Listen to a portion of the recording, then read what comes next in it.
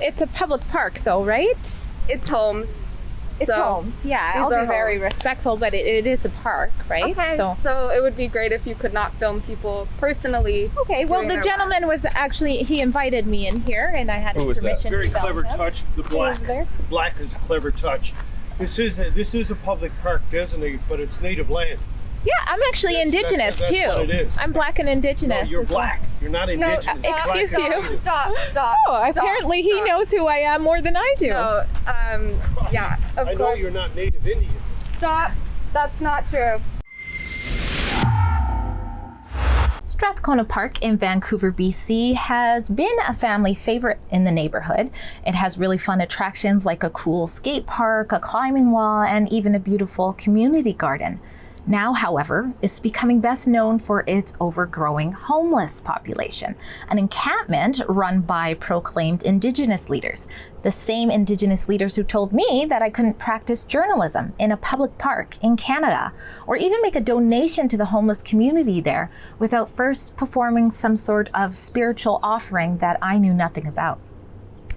I'm Drea Humphrey with Rebel News, and just like with most things, there are two sides of the story in regards to the camp that goes by the name of Camp KT, K standing for Kennedy and T for Trudeau.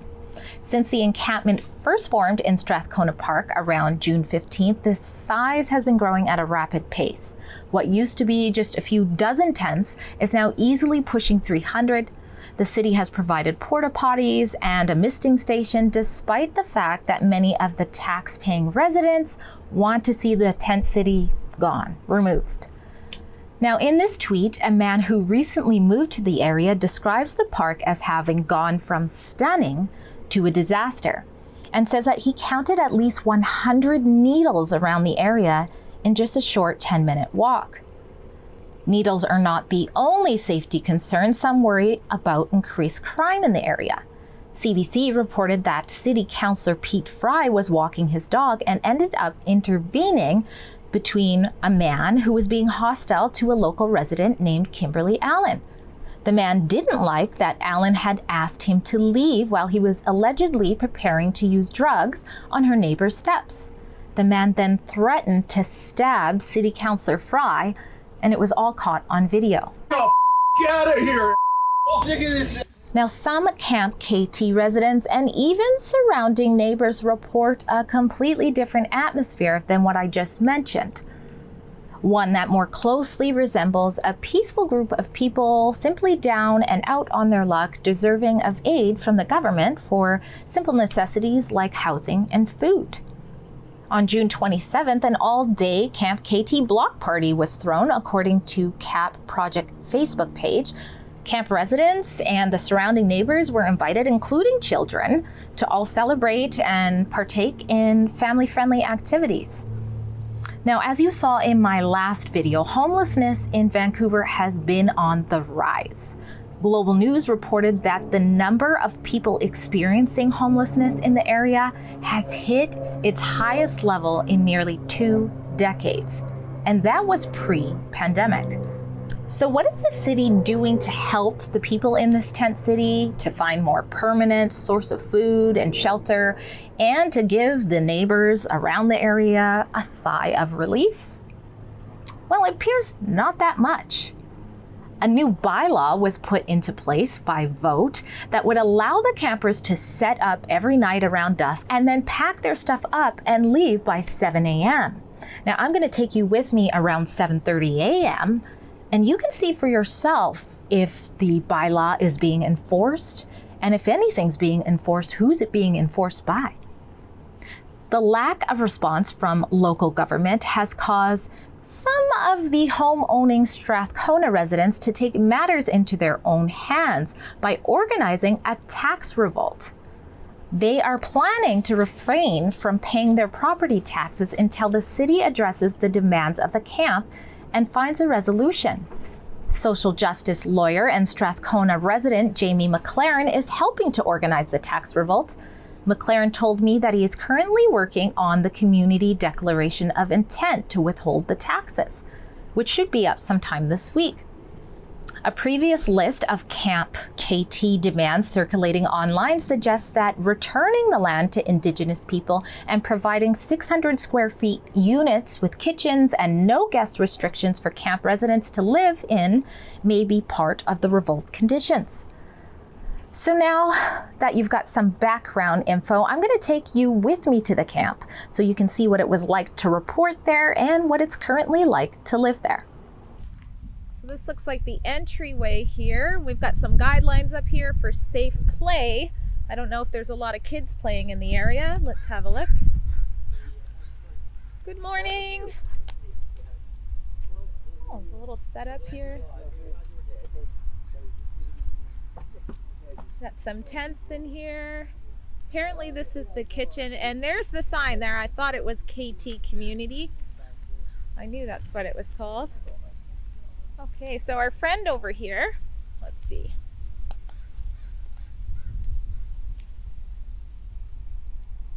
Okay, so are we in the kitchen? No, it's right there. Oh, okay, back here. This is just they put like a lot of sandwiches in and all other stuff. You can just put stuff here and you can go help yourself. Oh, nice. Kitchen's right over here. Hello, how are you guys? I'm with Rebel News. That's the kitchen. Oh, nice. Yeah. I'm Drea Humphrey with Rebel News, and we're just seeing what KT Camp wants not the world, but Canada to know. And we're talking about the tax revolt. Have you guys heard about that? No, I can go get who's in charge of this camp. Sure. But it would be great if you could not film around because these are people's homes. So just wait until we can speak with the leader of this camp because Sure. yeah, it's people living here. So Sure, it's a public park though, right? it's homes. It's So, homes. Yeah, these I'll are be very homes. respectful, but it is a park, right? Okay, so it would be great if you could not film people personally. Okay, well, doing the their gentleman was actually, he invited me in here and I had his permission Very to film clever him. touch. The black. Over there. The black is a clever touch. This is a public park designated, but it's native land. Yeah, I'm actually That's Indigenous too. what it is. I'm Black and Indigenous. No, you're as well. black. You're not No, Indigenous. You're black excuse and you. native. Stop. Oh, apparently he knows who I am more than I do. No, yeah, of I know course. you're not Native Indian. Stop. That's not true. Stop. Go away. Okay. I'll go speak with the leader of this camp. Until Sure. then, it would be great if you could just refrain from filming people and filming. Okay, well, I'll keep filming. This is journalism. This is Canada. I'm allowed to film, but I will be very respectful. And I'd love to speak to whoever's running the camp. Okay? Thank you. Yeah. So I spoke with the leader. She's on her way. Okay. But first, we need you to do protocol at our sacred fire. Oh, okay. Okay, so what is So that? That's putting tobacco in as an offering to the sacred fire. That's over on this side. An offering to the sacred fire. That sounds like religious, right? It's Indigenous, yeah. Okay, so I'm Indigenous, but I'm Christian. Okay. So am I forced to practice a different religion to be here in this public park, or? Yeah, on stolen land, this is the protocol that we use here. Everyone that comes by is asked to put tobacco in the fire, regardless of religion. There's many people who are religious of different religions that come to do protocol. It's being respectful to our elder who is here keeping the sacred fire. So Okay, so so I understand, is the fire representative of some sort of like spiritual god? Am I doing some sort of offering to something, or? it's a prayer fire, so that can be to whatever god that you are praying to. It's a prayer fire. It's not definite on any kind of god or religion. Okay. All right. It's good to know, right, what I'm doing before I'm signing up for it. And where is the fire? Hi. The fire's over there. How are you? I'm Drea Humphrey with Rebel News, and apparently there's a whole protocol I was supposed to do and I'm not aware of. And I was just asking. We're on unceded Indigenous land, and this is an Indigenous-led, Yep. peer involved, community supported, and very lastly and loosely government supported community that is holding up the people that Canada, the provinces, the territories and municipalities of Canada choose to leave behind every day. And that's So why if I'm people here. want to come in and offer us things, other media have come in and brought in things like water and food and done protocol. And we ask, who are you? Where are you from? What are you bringing to our community? And if you are going to be a witness to the ceremony going on here, you need to participate in it. And if you don't, you need to stay out. That goes for Global, that goes for CBC. There's certain reporters who have chosen not to do it, and they've had to stay out. I don't care about the reporters right now. You don't care about me? I don't care about reporters. I care about the people that they stand behind. But yeah, I'd have to know a lot more about doing a tobacco offering in a fire. Then you want to go. Sorry? Then you want to go. Then I want to go. Yeah, you don't want to be here. Because I won't do This is a community of people that have all made the same choice to be here. And if you don't want to do the same thing, then I suggest you don't want to be here.